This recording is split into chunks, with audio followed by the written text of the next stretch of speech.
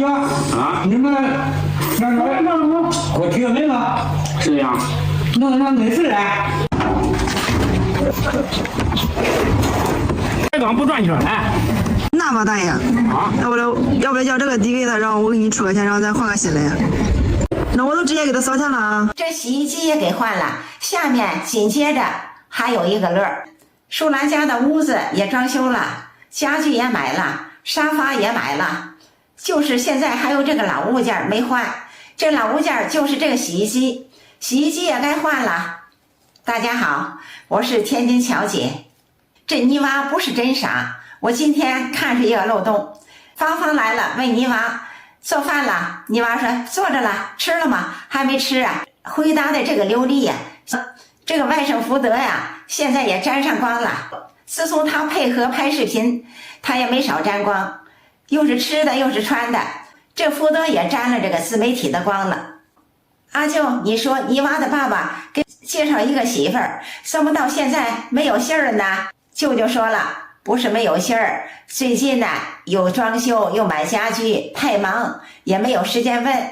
这福德呀，就是看到这个舅舅家现在呢，他的生活啊过得还挺好。是说舅舅说的这个媳妇是个智障，可是呢，看着他们的日子红红火火，这福德看着也有点眼馋。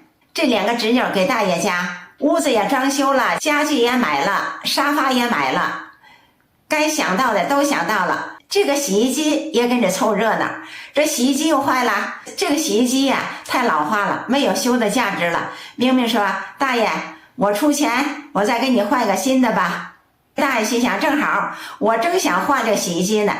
当明明说大爷我出钱给你换了这个洗衣机，老黄心想正合我意，他呢假装说我有钱我有钱，我带钱来了。明明说别了，我直接给你打钱吧。这洗衣机也给换了。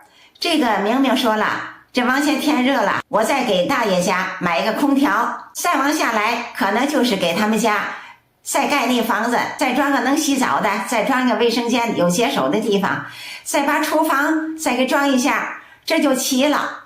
这个明明芳芳啊，好事做到底了。两个侄女把泥娃带进了自媒体，真是给他家带来了很多的福利，给小娃赚了奶粉钱，又给他们家屋子装了修，又给他买了这新家具，所有的家具沙发该用的该买的，这侄女们都想到了。这两个侄女就是他们家的活菩萨，他们的视频是说是双赢，但是人家这两个侄女也没亏待他们。